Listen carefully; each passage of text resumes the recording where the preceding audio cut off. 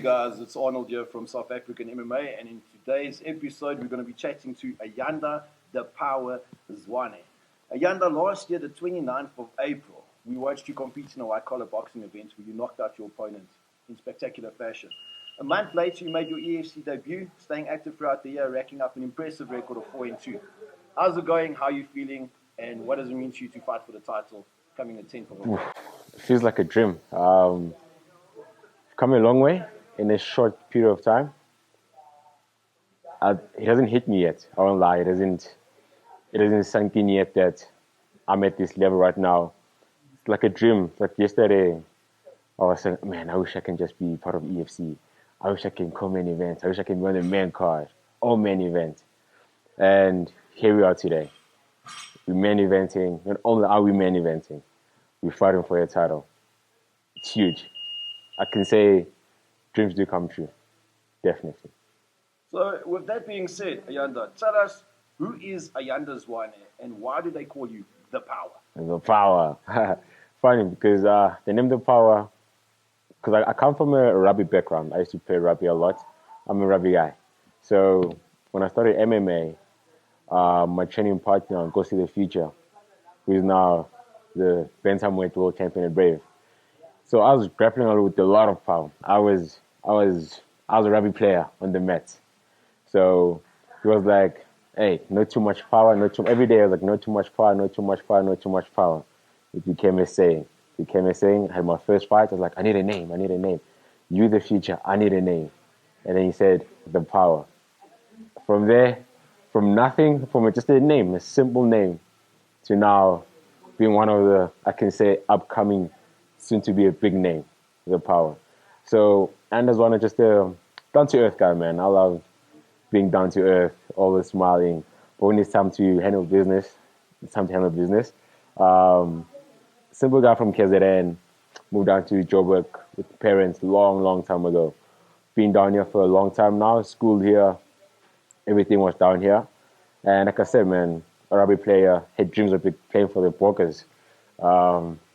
Well, now that won't be possible with this MMA thing happening. So, yeah, man, Ayanda the Power, just a down-to-earth guy.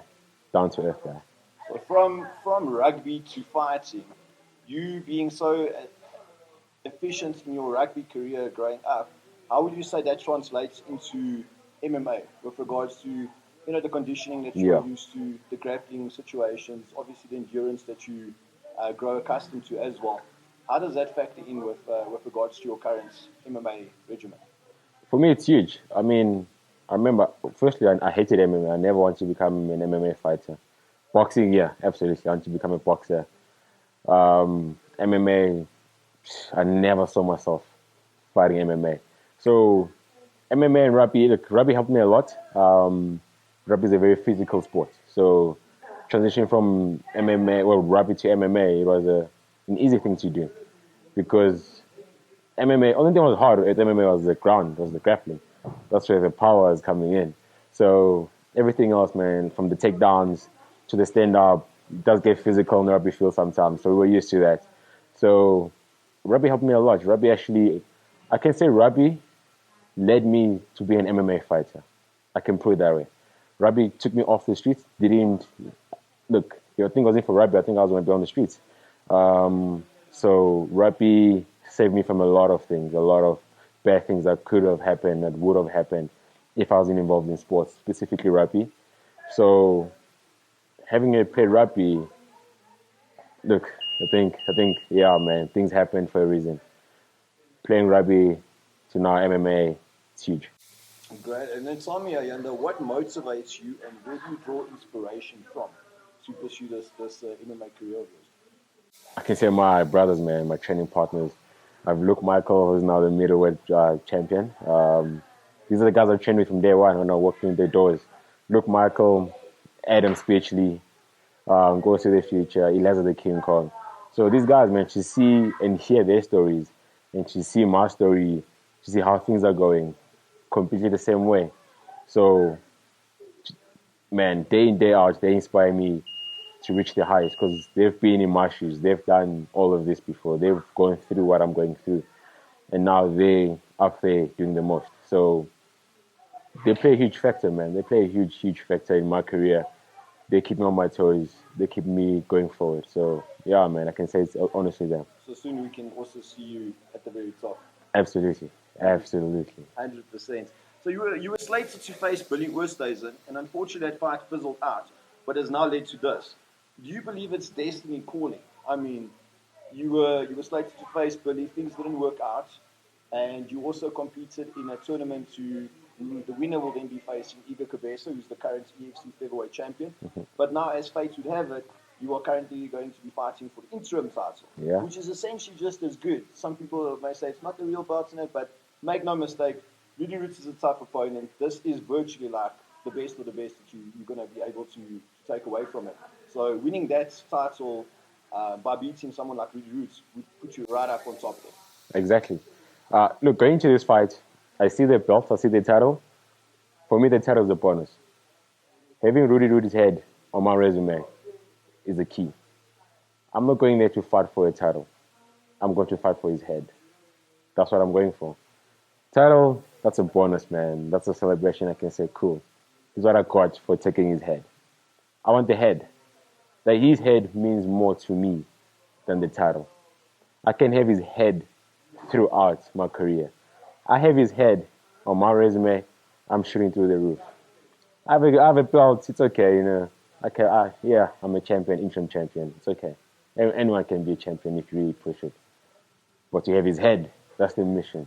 That's the goal. That's the fight I'm looking for. I'm not look. Even if they didn't say it's a title fight, if they say here's Roedie for a fight, I was gonna take it, and I would love it for it to be a 5-rounder, title or no title.